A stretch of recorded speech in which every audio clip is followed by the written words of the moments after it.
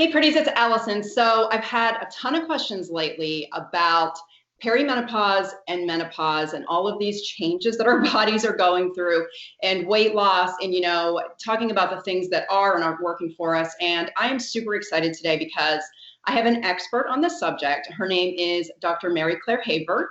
She is a board certified OBGYN and she's also the creator of the Galveston Diet.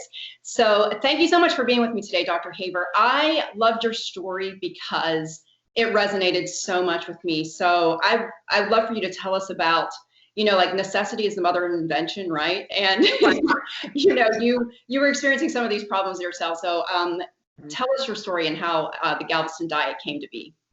So right now I'm 51, and about 3.5, maybe 4 years ago, a couple of things happened in my life. I was working as a extraordinarily busy full-time OB-GYN.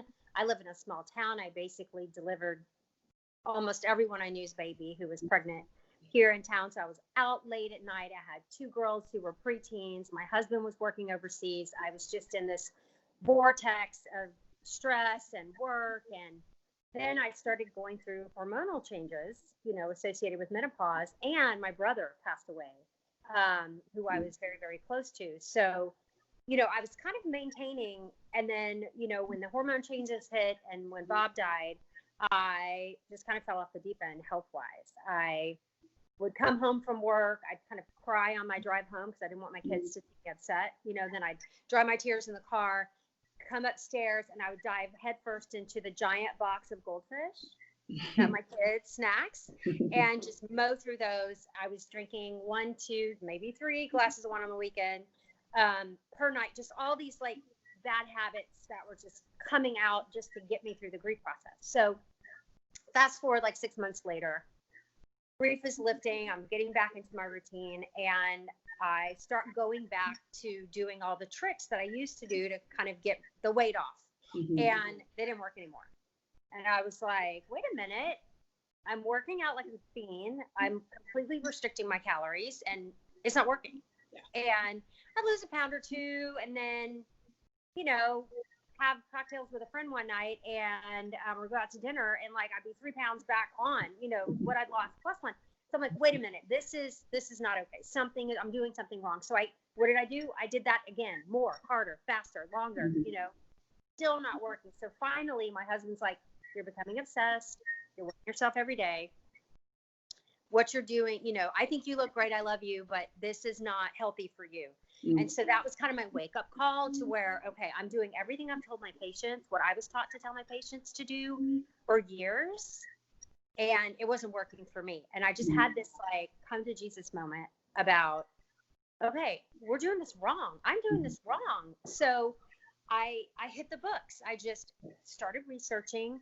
I looked at, I kind of glanced over the fads that were out there. I looked at some of the more popular plans, and I was like, no, that's really calorie restriction. I don't understand the science behind this one. I don't know if there is any science behind that one. Let me just go to the nutrition department and see what I can find. And so the university I worked at the time had a fabulous nutrition department. So I kind of I started there and started pulling studies, and was shocked that there's not a lot of studies for women our age. Almost all of the nutrition and weight loss studies are done on 25-year-old male athletes. So that kind of pissed me off. I mean, I was upset. And I was like, wait a minute. Women of our age are always left behind medically. It's like, until we start dying of something, that's when they're like, oh, all these recommendations we made for men maybe aren't working. We need to pay attention. So I was like, okay, I'm starting over. So I looked at what I felt was the most medically sound, scientifically based kind of strategies that I could compound together and put it in a program, and literally experimented on myself. I was like, all right, I'm going to do these 3 things. I'm going to phase them in one at a time and then see how it goes. And then it was like, literally melted off. Now I was only about 20 pounds overweight. It wasn't like 100 pounds to lose. It was clothes not fitting, but not morbid obesity. But still, I mean, it was like almost effortless. I thought, oh my goodness. So of course my girlfriends are like, what are you doing? Yes, share it with me. Share. So I was like going to right around the corner from here as a Office Depot, and I'm making copies of my little plan, and I'm giving it out to my girlfriends, and then they're telling their friends. So I started running Facebook groups. Okay. Just to be able to like experiment. I was giving it away. I mean, it was just like, here, do you want to try this and see how it works? Sure. So I would build groups of about 100, and all these people would become friends in the group. They didn't really, they were loosely associated before, but as they told their friends and their friends told their friends, I probably ran out about 1,500 people through these groups, these trial groups through Facebook. And I tweaked the program. I got their feedback. I mean, it was this really collaborative effort, and it was all free at the time for them. And it was just me really kicking around with something that I knew I was onto something, and it was working. The feedback I was getting was insane. Wow. And I started hearing the call of, maybe this is what you're meant to do. I mean, you've done 20 something years of delivering babies and pap smears. You've trained thousands of residents. You've delivered thousands of babies, not thousands, hundreds of residents, delivered thousands of babies. But maybe it's time that you're hitting 50 to look at the next phase of your life. And it's okay if it's not going to look like driving to the office every day. Mm-hmm. So yeah, it's all about figuring out the way that you can best serve. And like all of those experiences that you had up until that point brought about this whole new way of service. And, it's changed so many women's lives. I am in the group. I've seen the changes that are happening there. And, I had a similar experience about 4 years ago, gained 15 pounds, did the eat less, work out more, tracking calories on an app like crazy every day. 3 months of this, barely down a couple of pounds. And I was like, I'd eat a carb and be up 3 pounds again. So it was not working anymore. So, what is it about, perimenopause and menopause that starts to make this traditional eat less, work out more diet stop working for us? I'm so glad you asked that. It's something that I basically had to go back to school to learn. This was not something I was taught in medical school. I actually went back last year and got certified in culinary medicine. It was a 1.5-year long course. It's basically a master's in nutrition for physicians with a medical bent. And so there's something that I want to call the perfect storm that happens when we're going through menopause. One is just the natural aging process. And, aging by definition is we just don't work as well. Things are starting to break down. We don't heal as fast. And that is just part of the mechanics of from birth to now. Just slow down as we get older. That's okay.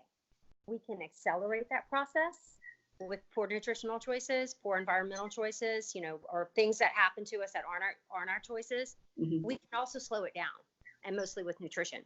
The second thing that's happening for us as women are these insane hormone changes. I mean, men don't go through an analog to this. It's us. And so definitely when you look at the science, when we track inflammatory markers like C-reactive protein and interleukin-6 and very scientific sounding names, when we look at those premenopausal, perimenopausal, and postmenopausal, those go up simply from what we feel like is the loss of estrogen in our bodies. Mm-hmm. Sadly, though, those don't seem to go down a whole lot when we replace HRT, especially after 55. So, what we can do to fight it that works better than exogenous hormones is actually nutrition. Nutritional changes work better for the inflammatory changes. And then part of this is all synergistic. We tend to gain weight, probably partly because of both of those two. And, the aging process, everything's slowing down, metabolism slowing down just naturally. The hormone changes definitely lead to weight gain, as we know, mostly around our abdomens, as most of us understand. And so that centripetal weight gain, weight gain, especially in our middle, acts as an endocrine organ on its own. It secretes its own hormones and definitely secretes inflammatory markers that go up dramatically. So all these three things are feeding into this perfect storm. So when we calorie restrict, we're focusing on the quantity of food and not the quality of food. And all of the data that's coming out from the latest research is saying that to lower this chronic inflammation, the best way to treat it is with nutrition, not calorie restriction. So when people calorie restrict in the US, they typically try to, we're busy, we're rushing, we're going to grab the Atkins bar, we're going to grab, we're not eating very many calories. When I see my friends who are doing a very well-known national program, they're eating, 6 goldfish because that's so many points on their scale. And, they're going on a point system. The problem is the nutritional value of a goldfish is terrible, as I know, because I gorged on them for years. And so, had they replaced that with an apple or some vegetable, so that's why at our age, the just simple caloric restriction does not work anymore. Yeah. Eating inflammation. Right. So what are some foods? I mean, we talked about the goldfish, but this anti-inflammatory diets, what are some that cause an inflammatory response? And then on the flip side of that, what are some things that anti-inflammatory? Yes. Okay. So super, when people are like, what are 3 things that I can eliminate that are some of the major causes of inflammation? Number 1, sugar. Anything that is a processed carbohydrate, meaning it's been stripped of its coat. So anything white bread, cakes, cookies, anything with added sugar. That's number 1. The number 1 cause of inflammation is unmitigated sugar in our diet. Okay, through added sugars, either, people say, oh, agave is healthy. No, it's still sugar, just colored different, but in the body treats it the same. Yes. Number 2, artificial additives. So artificial colors, artificial flavors. All those things in bags and boxes have been treated by food companies to make them more attractive, smell better, and have a higher kick of taste, increasing your addiction. And so all of those chemicals that they use to modify these foods are horrifically inflammatory. They get into our gut, and the gut goes, whoa, what is this? We weren't designed from an evolutionary standpoint to process these foods. So again, it kickstarts the inflammatory process. If it makes it through the gut, then it gets into the bloodstream, and the whole thing starts over again. So, and so much of what we eat that is convenience foods has all of that in it. Processed, added, artificial coloring, artificial flavoring, right there. Wow. And it's in so much. I mean, it's in practically everything. If you go into your pantry and just start pulling out things that have it just like everything comes out of there. I always, I think that the best piece of advice that I ever got for shopping for groceries is to shop the perimeter of the store. Yes. And I keep that in mind. I'm like, if I'm not putting a lot of produce up on the belt whenever I get to the end, I know I'm not shopping well. So that's great advice. So tell us about the first step in the Galveston Diet, because I know that it has a couple of different phases or steps in it. And so what do you recommend as your first step? We have 3 components: intermittent fasting, an anti-inflammatory approach to nutrition, and fuel refocusing, which is teaching you how to break your addiction to sugar and simple carbohydrates. So I recommend, and this is after testing this on thousands of people, start with intermittent fasting. It is what scares people the most, but it actually is probably the easiest to implement. Okay. And you don't have to actually change what you're eating when you're starting intermittent fasting. So you don't want to do too much at once. It's overwhelming. People get scared. Oh my God, what have I done? But you can ease into fasting, just slicing off minutes a day until you get to your fasting window. So, and people feel the most accomplished, and it is the easiest thing for them to stick to. So I always want them to start out as a winner and feel accomplished. Yeah. By starting with that component and mastering that first before you move on to actually making real dietary change, real nutrition changes, then I feel like the success rate goes sky high. Yeah, so I've been hearing so much lately about intermittent fasting. We have celebrity trainers like Jillian Michaels talking about it. I think Jennifer Aniston was talking about it this week. So explain, kind of what the science is behind intermittent fasting. Right. There's a great TED Talk from a physician, he was a neurobiologist, I think, named Mark Mattson, Dr. Mattson, and he has one of the greatest talks on intermittent fasting. But in a nutshell, so that's a great one to go look at. But in a nutshell, what he believes, and he's kind of the grandfather of all this, when we stress the body out a little bit, think of weightlifting. We're actually putting stress on the muscles to make them work a little harder, to send that signal to the brain, hey, build more muscle. We need you to get stronger, okay?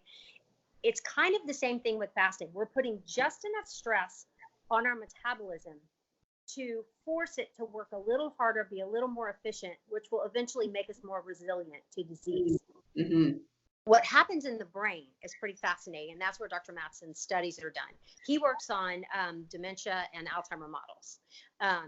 And so what we call in general neurodegenerative disease. Mm-hmm. And, when I've surveyed our students and the followers of the Galveston Diet, I'm like, what scares you the most about aging? And the top two, and it's not cancer. I really thought it was going to be cancer. It's loss of brain. So loss of loss of cognitive function, Mm-hmm. and loss of movement. Wow. Yeah. And those are absolutely you can dramatically change those outcomes for yourself. Right. With nutritional changes. Yeah. So, yeah. And It's amazing. And it's such a freeing feeling to know that we do have control over that. And there are things that we can do like right now that are going to have an effect on down the road. Huge impact on whether or not you can take care of yourself as you age. Right. And you're not so dependent on other people to care for you. Yeah. And so when our body switches from burning so the body's preference is to burn carbohydrates. Okay. They weren't readily available when we were cave people. So think about when our metabolisms are developing as we're, making our way through the evolutionary change. Carbs just weren't there. You were waiting for the next antelope to go by. If you ran, nuts and seeds, they didn't require refrigeration. People could put them in their pocket and eat them. That was really one of the biggest sources of nutrition in their diet. Well, good thing they're packed with fatty, the healthy fatty acids. They give you fiber. They have protein. They have a little bit of everything in them. They're excellent. Carbs were hard to come by. Mm-hmm. And certainly processed carbohydrates were unheard of. No one ground, no one beat the heck out of the grain to get the germ out. Right. And so their diets were just so very different. So they actually ran off of carbohydrates for a long time. So when we burn through our carbohydrates, it takes about 12 hours to eat a meal. So I'm actually munching on an apple right now. I broke my fast early today. But so if I eat nothing else, it'll take me about 12 hours to burn through the carbs there. Okay. Then my body will switch to burning fatty acids for fuel, breaking down fat into fatty acids, which then the byproduct of that is ketones, which is where the whole ketosis thing comes up. Right. When the brain is forced to use ketones for fuel or fatty acids, it works better. They've done multiple test studies, rats and mazes, humans doing puzzles, tests of intelligence. They are using intermittent fasting to treat kids with epilepsy with dramatic results, decreasing the epileptic events. They're using it in Alzheimer's and dementia, also seeing dramatic results. Wow. So part of the non-scale benefits and the feedback that I'm getting from intermittent fasting from our students are, I think clearer, my brain fog's less, I feel so much better. I get so much work done in the morning because most of us are morning fasters. It just depends on your schedule and what works for you. But that they're like most productive in the morning because the brain is actually more efficient when it has to burn that. And we're fat and lazy when we eat carbs. We are. It's so kind true. of slows down. It's relaxing. Yeah. There's a reason you want to take that nap afterwards. Yeah.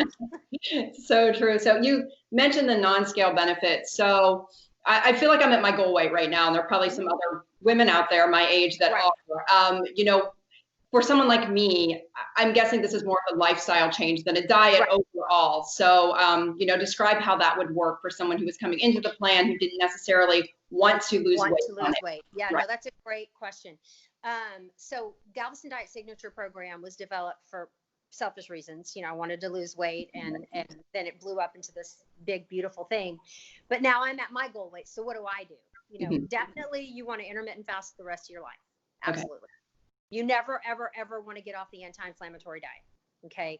Cutting out things that cause inflammation, adding in lots of things that fight inflammation. It's where fuel refocus is where we change.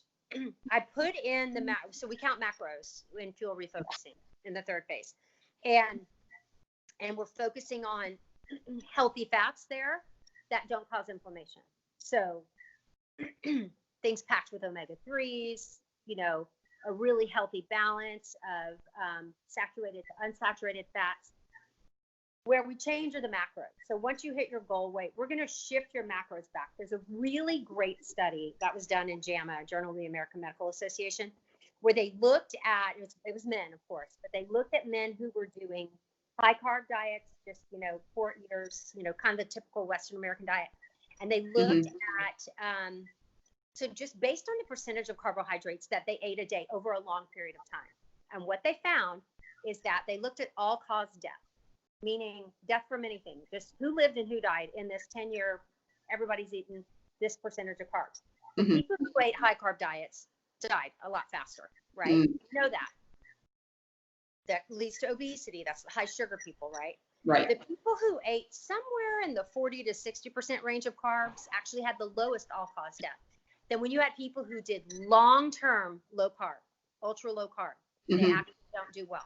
Because what we think is that when you do a typical keto diet, where it's weight loss at any cost, all fats are good, so much of the fat that they're eating is actually super inflammatory because they're eating an overabundance of saturated fat. Not that all saturated fat is bad, but they're not careful about what fats they're putting in their diet. And we think that's what's causing the death rates there. Yeah. So when we go to Galveston for Life, which is what I call the maintenance plan, we're moving back to that. We're moving that, away from the higher fat percentages back to the middle for long term.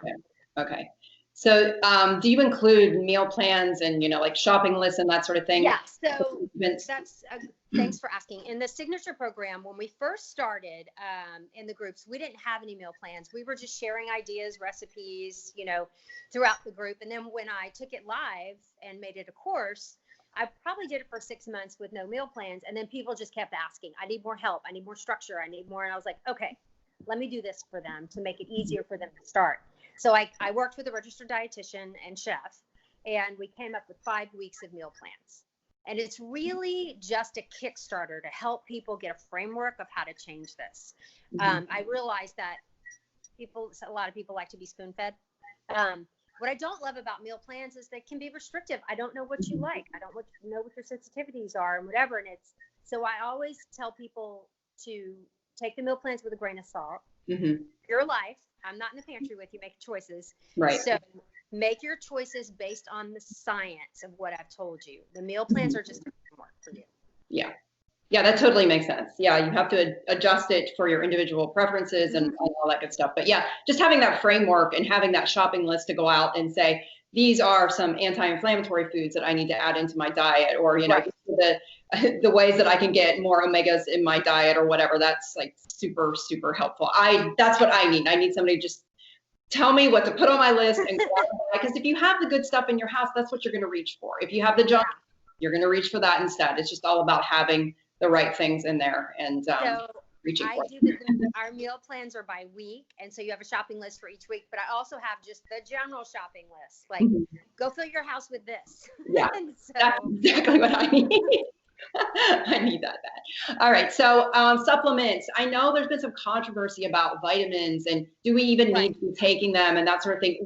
Do you recommend multivitamins or, what supplements do you take? Not multivitamins, I don't. If you're sticking to Galveston Diet, part of my nutrition teaching was we need to first and foremost get our nutrition from food. We have a horrible rash of oversupplementation in this country, especially with protein, the protein powders and shakes. People who are doing this tend to be getting way too much protein in their diet, at sacrificing healthy carbs or, things that are anti-inflammatory.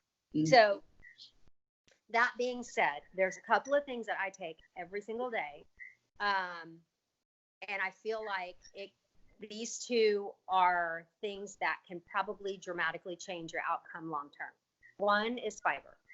I use a fiber supplement that is both soluble and insoluble. They both have separate health benefits and both lead to controlling diabetes, decreasing cancer rates, and it is tough in America for us to get enough fiber in our diet. We're not even getting half as a rule. Wow. So I make sure I supplement with fiber every single day. I use a powder, I mix it up, and I just kind of shoot it because all fiber will absorb the water, which is what it's meant to do. And some people don't like the texture. So the one that I use has just a hint of xylitol to give it, and some raspberry flavor, just to give it a little bit of something to hang on to rather than just drinking powder. Like if you just went and bought Metamucil, if you can do that, God bless you. I can. But for me, it's tough. So what is the brand? Do you mind sharing the brand of your fiber? Well, I'm actually formulating my own brands right now. And I've got my samples that I'm working with, and we should hopefully be coming to market in a couple of weeks. But I'll be your first customer. I can't do the Metamucil. I cannot. It's not going to work. So the second is one that I absolutely recommend is an omega-3 supplement. Okay. And so I've actually formulated one that is omega-3 plus D. There's a big rash of vitamin D deficiency in the country. Mm-hmm. And if, I can't tell you how many times I ran labs on my patients and their vitamin D is low, vitamin D is low. Mm-hmm. Part of it is that we're avoiding the sun. Mm-hmm. We're trying to, and and a lot of people are getting off of dairy. And so that is one of the sources of vitamin D. It's actually supplemented in a lot of the dairy products.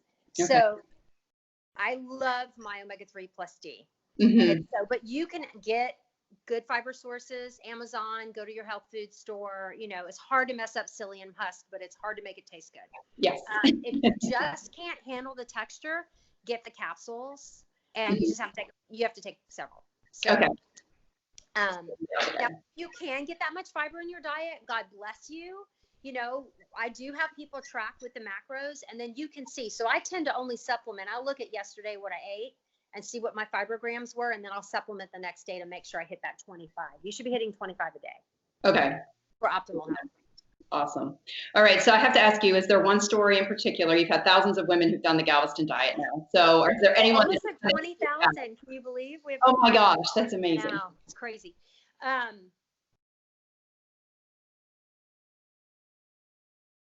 I have to say, it was a very difficult decision for me to leave OB-GYN, to walk away from delivering babies and that personal relationship with patients. Going in, I become friends with them. I loved the labor process. I talk to them about, where did you meet? I have this whole series of questions I go through during labor. Mm-hmm. It's like getting to know you better. And then we have this beautiful baby, and I cry every single time. And when the dad cries, I lose it. Yeah. So walking away from that was tough. But I wish I had one story that jumped out at me, but because they come so frequent and so often, and they sound so similar. Thank you for listening. Mm-hmm. Thank you. I've tried so many things. Finally, someone gets it. Finally, and it's not so much the weight comes off. That's fine, but I'm sleeping better. I'm thinking clearer. I'm taking more time for myself. I'm journaling. I'm meditating. My life is better. And then I'm like, okay, I did the right thing. Yes. I'm actually helping more women than I was before. This Absolutely. Is kind of where I'm at. Yeah. Yeah, you can reach so many more women through this. And, I think that's really important that you hit on that women our age feel like we're not being seen and heard as right. much. And, you talked about this earlier, that the research isn't being done for us. So thank you for doing that. I mean, this is a huge service and a huge gift to so many women. So tell us where we can find out more about you, more about the Galveston Diet. I'm sure we're going to have tons of people that are watching this that want to find out and sign up. So it's galvestondiet.com is our website. And on our website, we have a link to check out the course if you want to go look at it. It's $49 one-time fee, no subscription for that. Nice.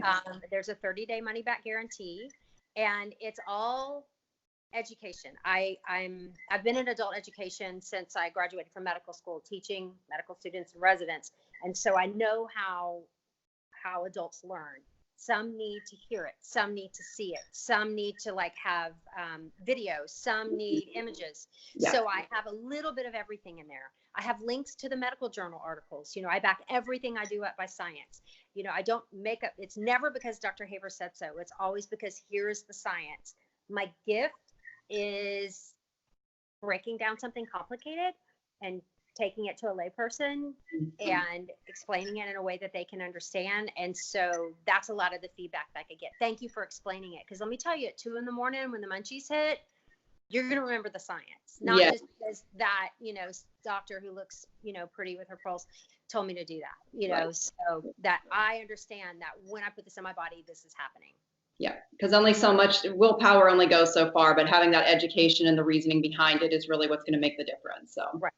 All right. GalvestonDiet.com That will Thank take you you. there. We have a few meal plans on the website as well.